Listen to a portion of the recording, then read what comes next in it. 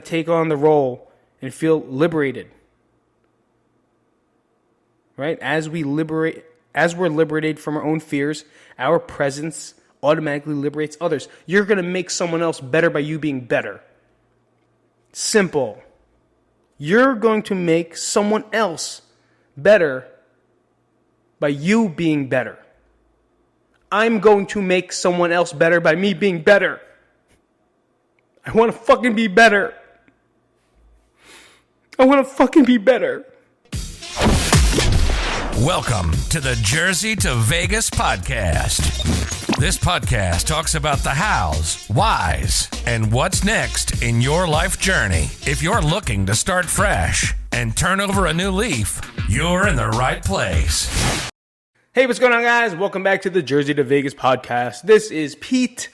This is episode number 12. We're going to talk a little bit about a recap of things that have been going on, right? That'll be the first 15. The second 15 minutes, we're going to go into Q&As. A lot of the questions that people have given me on Instagram, I want to make sure that I answered those questions, and then we're going to finally cap it off with a little bit of how-to talks about mental health. So I want to make sure you guys hang out, stick out, and if you are not a part of this channel, make sure you guys check it out. We're cool. I'm cool. It's only me. And then maybe a couple guests here and there whenever I get a chance to. So give me a second. I'll be right back. Hey, what's going on, guys? Welcome back. And I want to talk a little bit about a little updates. I know a lot of you have listened to the Phoenix's School Nightmare, right? And it's very important for you to know that things have calmed down. I know a lot of you guys showed so much frustration. You saw a lot of anger, a lot of confusion. Like, how did it happen? How could that have even happened? How did you feel? How did you stay so calm? I don't know. We just kind of did at that point. So I'm really happy that we kept the cool and we took the logical approach, mainly because of my wife taking the logical approach. And then things are kind to smooth its way out. Still, he has a substitute teacher. So there is no actual real teacher for him for the special ed program that he's in. It's a substitute and a couple aides, and they're doing their best that they can. I pretty much talk to them almost every day now. I talk to the principal almost once a week. So the communication lines are a little bit more open, of course. It can be better. There's things like I don't know if he eats lunch. There's things like I don't know, well, kind of some days I don't know what he does, but I can't really, I'm not going to be that much of a stickler when the lady is just a substitute teacher, not really the actual teacher. They're working on getting a new teacher. I believe they hired someone out of California. And hopefully they're good and we could open up the communication lines there, and he keeps continuing to do his homework and his work in school, and you still see the progress from that. So thank you guys so much for that concern. It was funny reading the comments at the same time, like still getting angry as you guys were commenting with me. It felt like you were fueling like my fists and I want to punch the camera, but I wasn't going to. I wasn't going to at all. So I had friends come in. Some really close friends, Bobo, Turk, and Will. They were here for a bachelor party. Obviously, it's something that I'm not going to do or be a part of because I can't hang anymore. I just can't. Like my bedtime is like 9. So I met up with them only on Thursday. I didn't get to see them all weekend, but it was great. It was really cool to see some friends. It was really cool to kind of just even talk or fuck around with, people that you used to.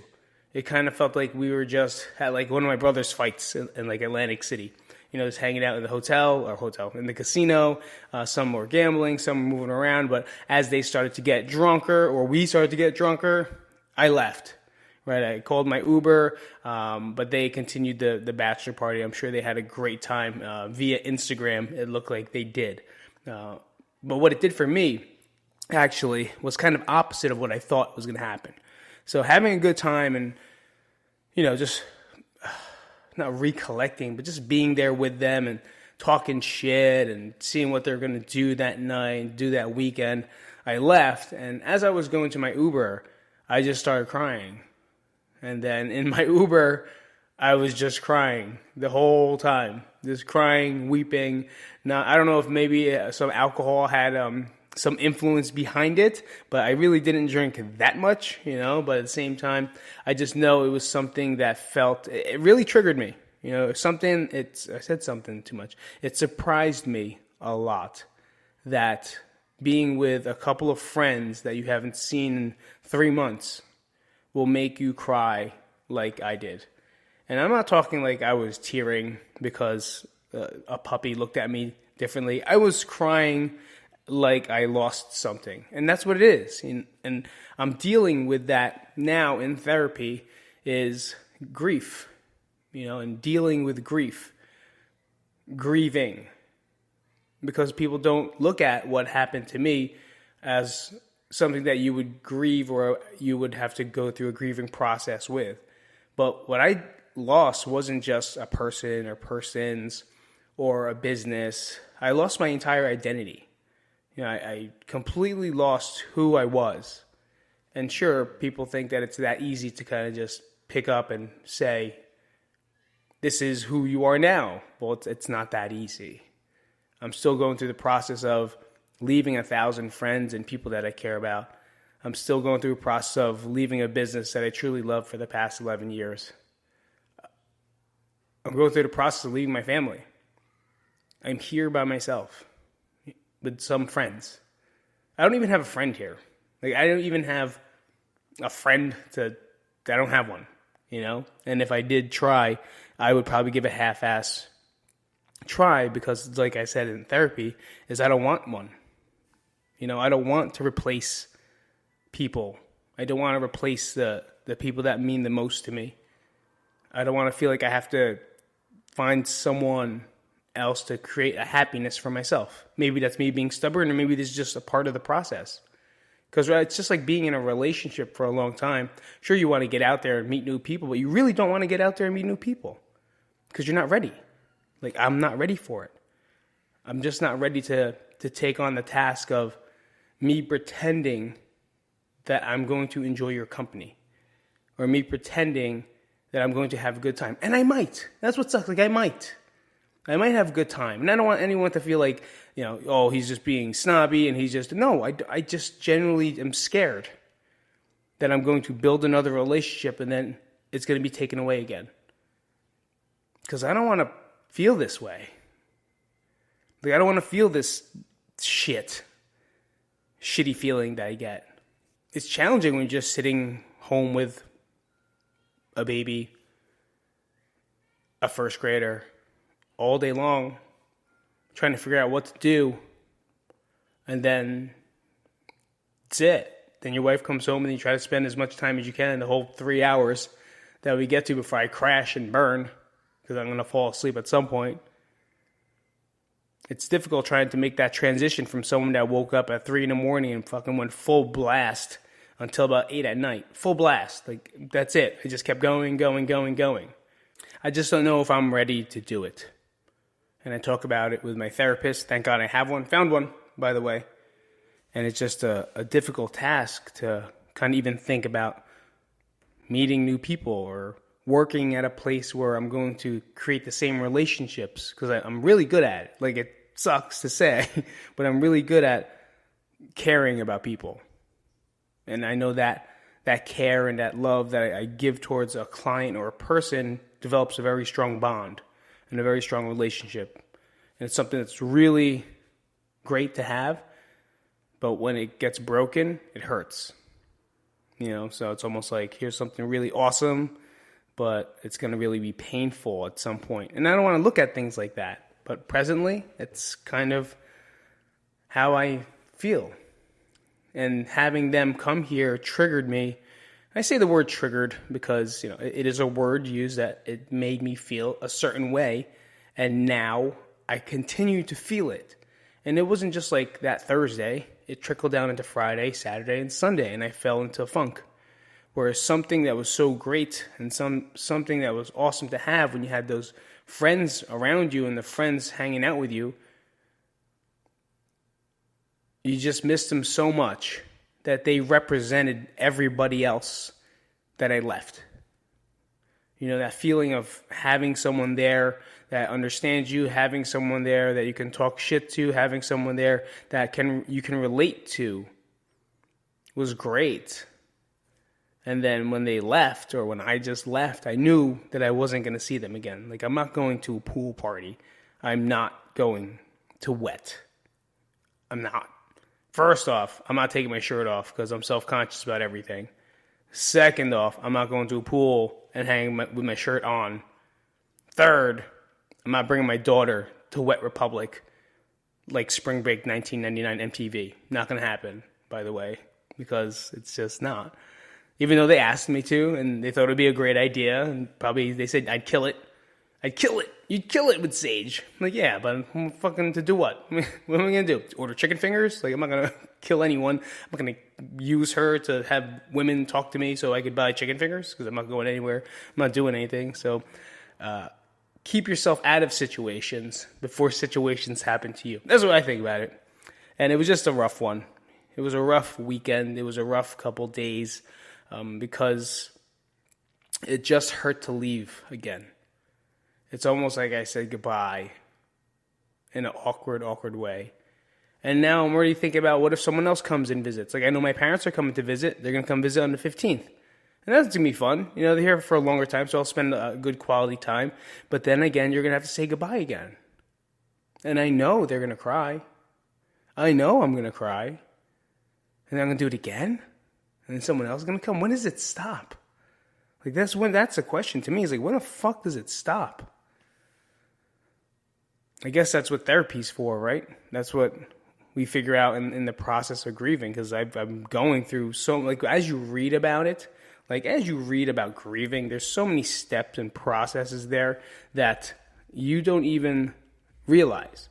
I don't have a person to do it, so I'm going to look up my steps of grieving. Steps of grieving. I don't have an internet person for me to look at internet stuff. All right, so the 7 stages. So if you don't know of the 7 stages of grief, the 7 stages, I'll read them because I don't know them offhand, is shock and denial. It's a state of disbelief and numbed feeling. You have pain and guilt, anger and bargaining. That's number 3. Number 4 is depression. I think that's where I'm in. The upward turn, reconstruction and working through, acceptance and hope. Okay, and those are the 7 stages of grieving. Now, there's also 12 steps of mourning, where people mourn, right? So mourning could be a little longer. I don't know if I want to go through all those, but recover from a loved one's death requires more time. Grief is universal. Shock initiates us into mourning. Grief causes depression. Grief is hazardous to our health. Grievers need to know they are normal. Grievers suffer guilty feelings. Grief makes people angry. It does. It really, really does. And I am so angry that I'm calm. That's what's scary. That's what's scary. Okay? Emotional upheaval characterizes grievers.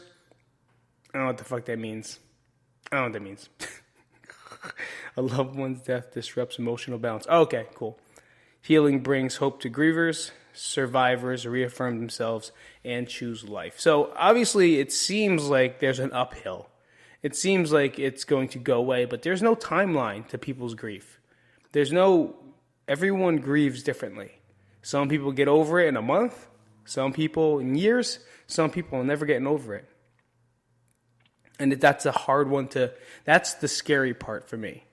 It's like, I know the steps. I know the processes. I know the 7 stages. I know what stage I'm in. But like, what if I don't get out? You know, and I know I will. But what if I don't? That's anxiety feeling. I have lots of anxiety these past couple of days too. So if you don't know anyone, or if you have someone that is grieving or has lost someone, maybe I've seen a lot of people losing their parents, you know, on the internet.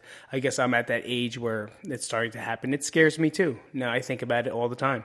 I think about my parents. It's scary because they're at an age that it's going to be time for them to go, and now that's another one. And I guess this is just life. Life is enjoying. Having fun, good times, bad times, and then just a really bad time at the end. And then you just have memories. And when I left New Jersey, it's just memories. Like I try to think about how I would wake up and get into my car and drive down the hill of Hopper Ave, make a left, make a right on Center, then make a right to, see how I say that all the time, and then make a right on Washington. I always refer back to 55 Washington Avenue, the garage, because that's when I lost it. I watched the video of myself in the last days of 55 when we were leaving. I found it on my computer. Hopefully I can find it and I'll put it up for you guys, but it was just a day that was just sad. It was just a day that I knew I lost. I knew I lost. And as great as 88 was, I almost said 66, 88 was to recover and try to rebuild and then get shut down, it is not the same. It just is not the same. So, yeah, I don't know what else to say there, but that's kind of like the update of how I feel. I feel like absolute shit. Like, I feel like dick shit right now. But I know it's a process. And I'm keeping my head up. And I know a lot of you guys that listen have to understand that we are normal. And it's normal to feel this way. A lot of times we look at memes and other people's videos and like, you got to feel good and get up and create your own happiness. And yeah, you do. And it's cool. But you also have to understand that you're 100% normal. And you're human, and it's okay to feel less than. It's okay to feel not worthy. It's okay to feel sad. It's okay to feel angry. Those are different emotions that we need to experience in order for us to move ahead. And I know I'm fucking moving ahead. I know it. And if you know me, then you know I'm moving up. But right now, it's just a fucking fight. I feel like I'm fighting for my life. And I know at some point life's gonna give me something else. I'm gonna have to fucking fight again. I learned this is my process. This is what it did to me. This is what life does to me. My life. What is your definition of powerful beyond measure? Whew. Okay. So powerful beyond measure. I have it tattooed on my arm. If you can see, I don't know if you can see that. It says powerful beyond measure. I'll give you a little B-roll. So pretty much it's a phrase or a quote by Marianne Williamson. It says, "Our deepest fear is not that we are inadequate. Our deepest fear is that we are powerful beyond measure. It is our light, not our darkness, that most frightens us. We ask ourselves, who am I to be brilliant, gorgeous, talented, or fabulous? Actually, who are you not to be? You are a child of God. Your playing small doesn't serve the world. There's nothing enlightened about shrinking so that other people won't feel secure around you. We're all meant to shine as children do." I got chills. We are liberated from our own fear.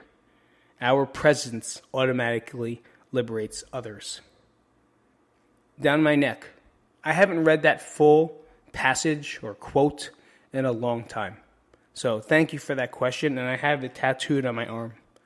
Because at some point in my life back in the day, I believed it. I believed it.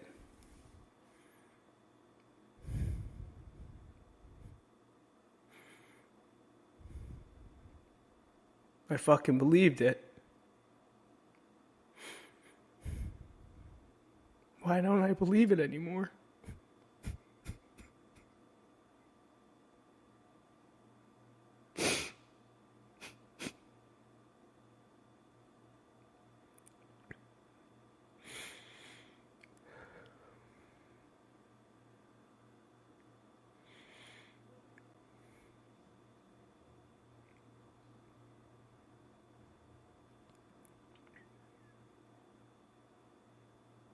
Why don't I believe it anymore?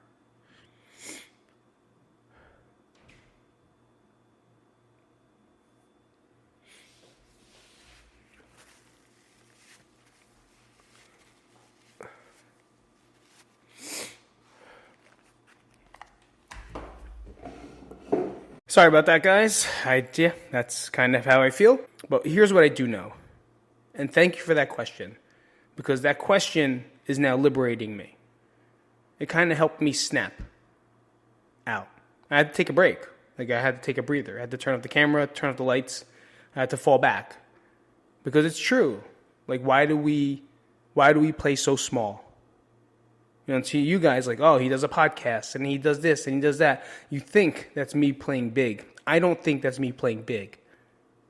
Maybe I'm very hard on myself. Maybe I'm very, I don't know what the word is right there. Why do we feel that we have to always fall back?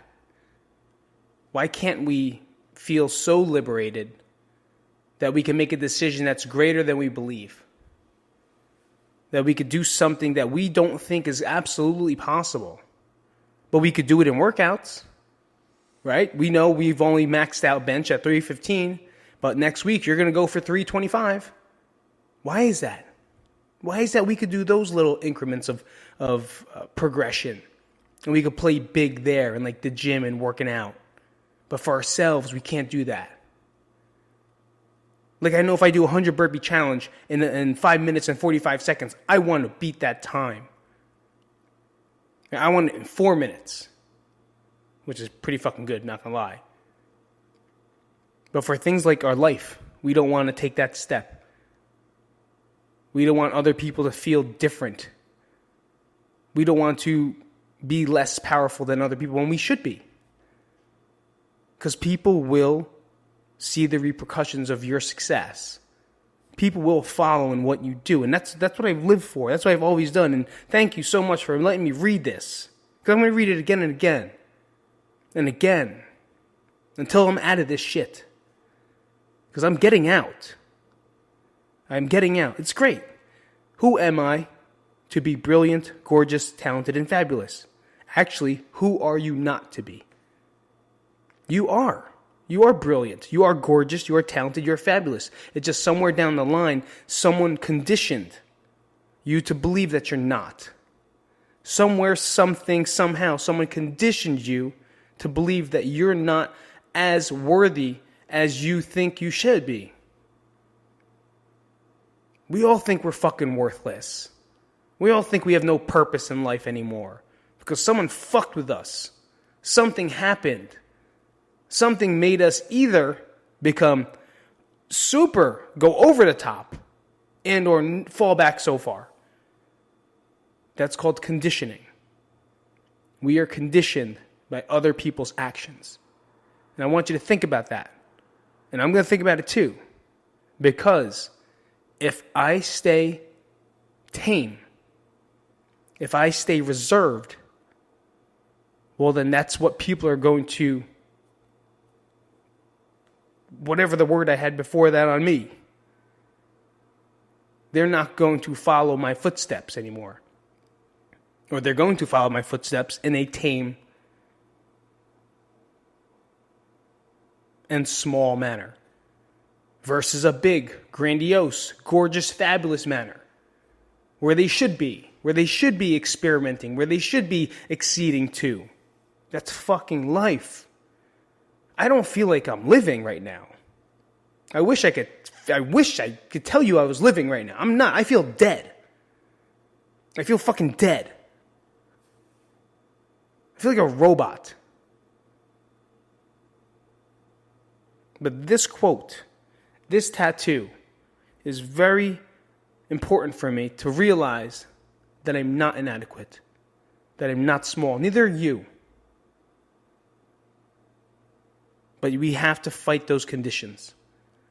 We have to battle them.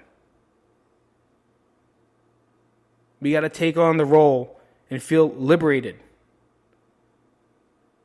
Right? As we're liberated from our own fears, our presence automatically liberates others. You're going to make someone else better by you being better. Simple. You're going to make someone else better by you being better. I'm going to make someone else better by me being better. I want to fucking be better. I want to fucking be better. And I know I will. I fucking know I will.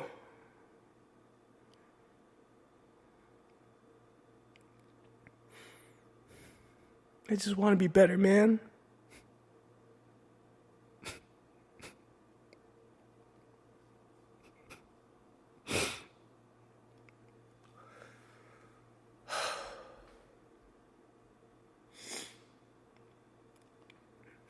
And we will.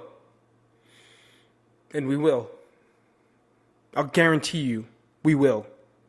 Because I'm going to fight. And if you're going to fight, I'm going to fight. If you're asking these questions, that means you have a reason for self-doubt. You have a reason for holding back. I will fight with you. I will help you get better. That's why I'm fucking here. To help people get better. Because we all hurt. We all feel pain. We all feel suffering.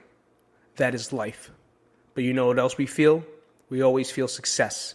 We can feel happiness. We can feel abundance. We can feel joy. And joy is the most important.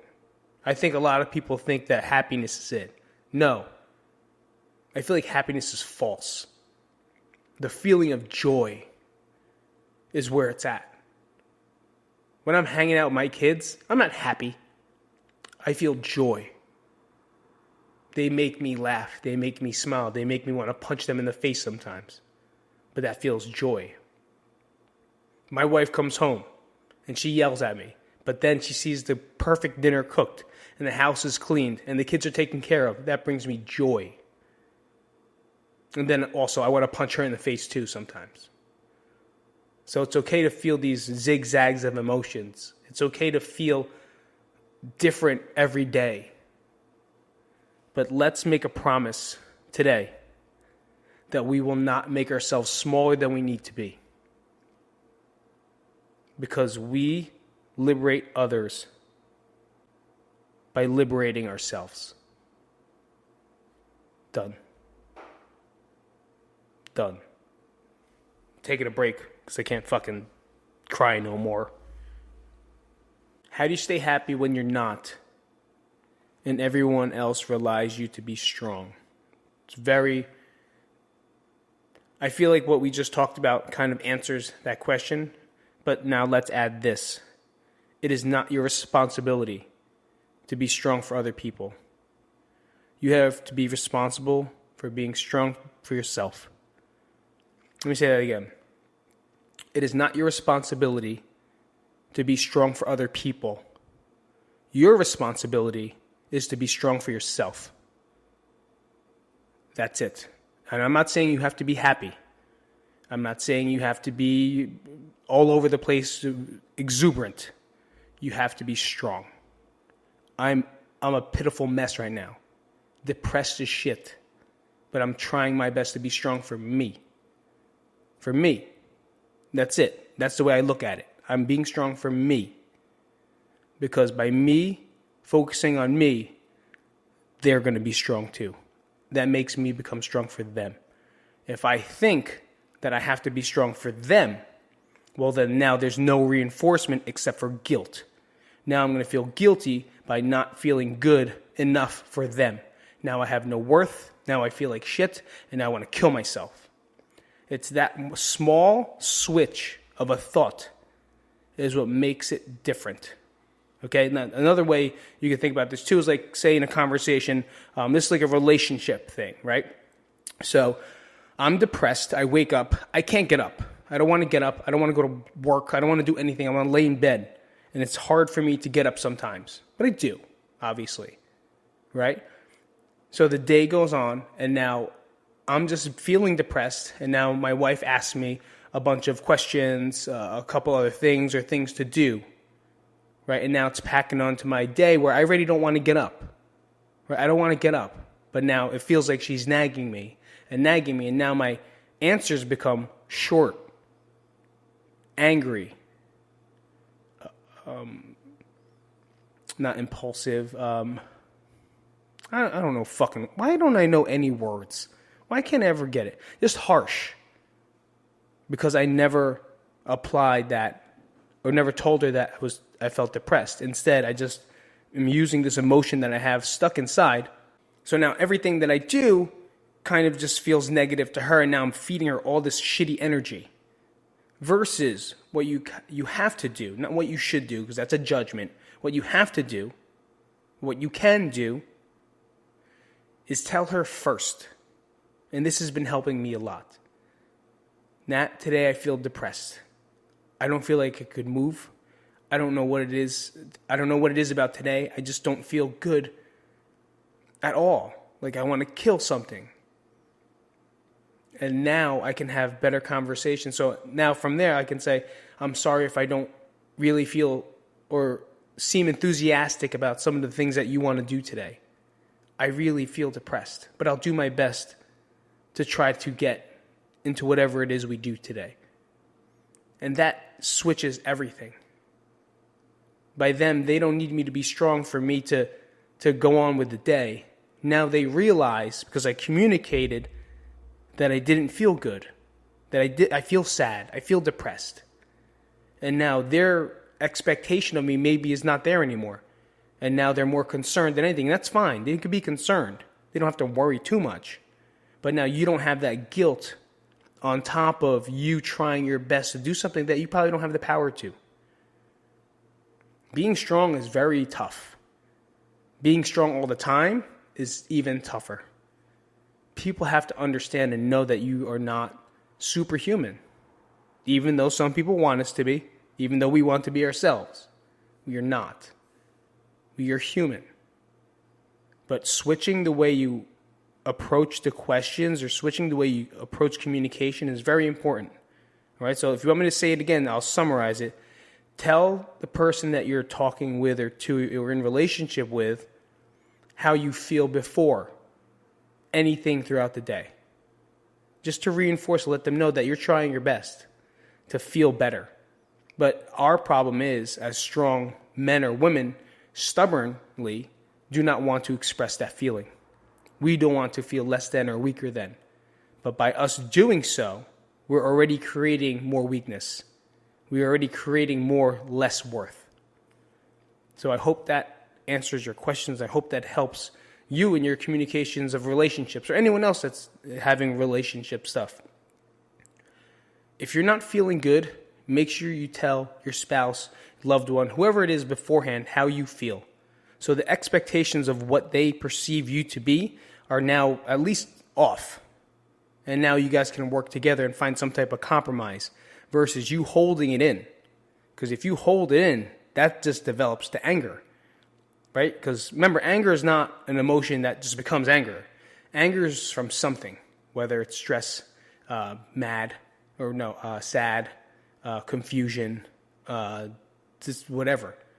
You're going to feel something before that, and then it just builds, and it becomes anger. It becomes a fire.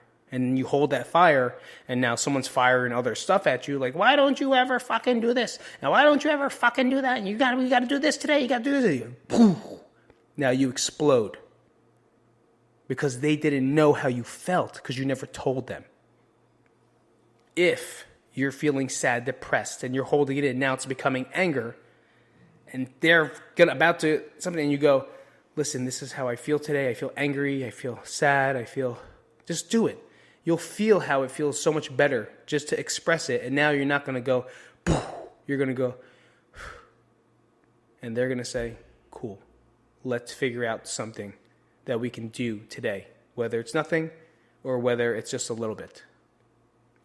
And that's a relationship help. That's how I've learned that it helps us go through whatever it is that whirlwinds that I go through all the time.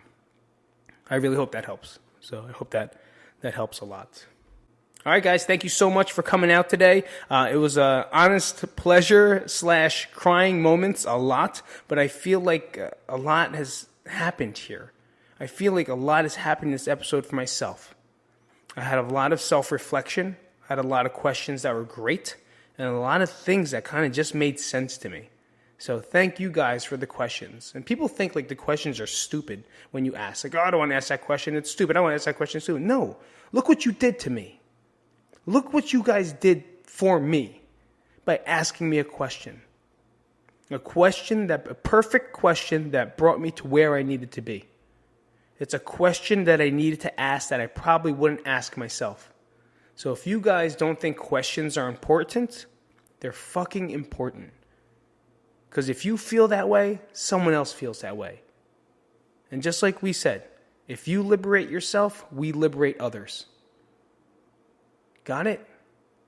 Well, then come back fucking next week and let's do this shit. Shall we? Thank you guys so much for coming out to Jersey to Vegas, episode 12. This is Pete. If you haven't, make sure you go to my Patreon. It is there. It's patreon.com/Jersey to Vegas, not Pete Isip.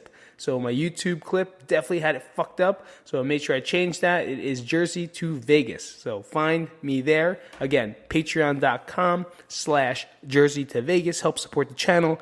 Help support this shit. And this is what we're going to do because we are the best. Guys, thank you so much. I appreciate every being of your soul. And I'll see you guys next week.